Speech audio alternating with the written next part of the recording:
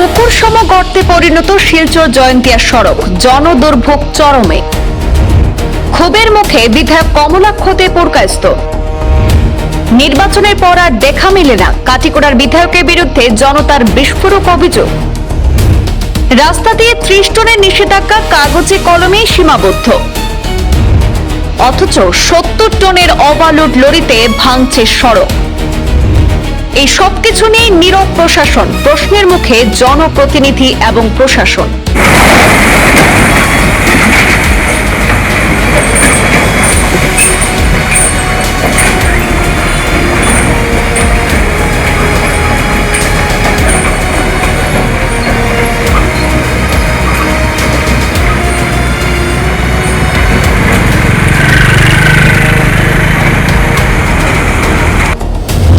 কাছাড় জেলার অন্যতম গুরুত্বপূর্ণ শিলচর জয়ন্তিয়া সড়কের বেহাল অবস্থাকে কেন্দ্র করে তীব্র ক্ষোভে ফুঁসছেন সাধারণ মানুষ।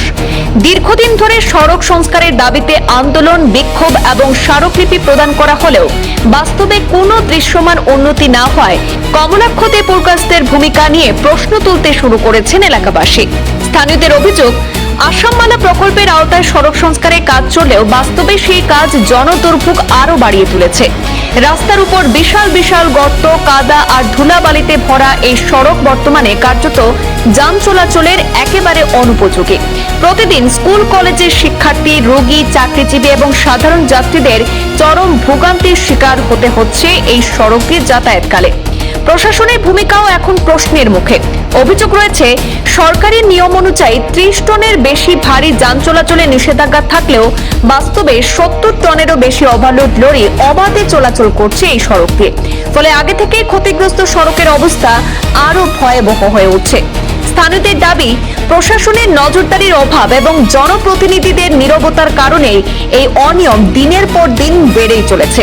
শিলচর জয়ন্তিয়া সড়কের দ্রুত সংস্কার, ওভারলোড লরি চলাচলের বিরুদ্ধে কঠোর ব্যবস্থা গ্রহণ এবং জনপ্রতিনিধিদের সরাসরি হস্তক্ষেপের দাবিতে এলাকা জুড়ে ক্ষোভ ক্রমেই তীব্র হয়ে উঠছে। আজকে অতটা দিন থেকে দেখতেন না, আমরা এই ফেকর মাঝে হয় তখন গরু যার মানুষ গরু সমান হয়ে গেছে এই রাস্তার মাঝে। চলতাম পারি না এই অবস্থা। আজকে তখন এখানে মাঝে কলেজের ছাত্রগুলা সবে মিলিয়ে আন্দোলন করে, কিতার লাগি করে, কারার লাগি না তো আমরা লাগি, আমরা চলতাম পারি না। আমরা মা বোন চলতে পারে না এই রাস্তার কন্ডিশনের মাঝে, স্কুলে যেতে পারে না বাচ্চারা। একটা গাড়ির মাঝে রাস্তার অবস্থা দেখা তো কিনা আজকে বিগত 70টা দিন থেকে প্রায় আজকে 6 বছর হয়ে যায় এই অবস্থা রাস্তার। না আজকে বাচ্চারা স্কুলে যাইতো, একটা পেশেন্ট লইয়া যাওয়া মানে হসপিটালে লইয়া যাইতো, কত কষ্ট করে মানুষে। এরপরে কত আমরা মানে সরকারের কাছে কত কিছু আবেদন করছি, কিন্তু ও কয়েকদিন আগে কমলাক্ষ স্যার আইলা ইলেকশনের আগে আইয়া করি না, আচ্ছা ঠিক আছে আমি ইলেকশনটা যাব গিয়া আমি দিয়ার রাস্তাটা করিয়া। ইলেকশন নাই, টাইমে নাই, এখন খেলা করবো লাগে গুরুত্ব নেতা। আর আমরাও তো বৃষ্টির মধ্যে সমাধান হয়ে যায়,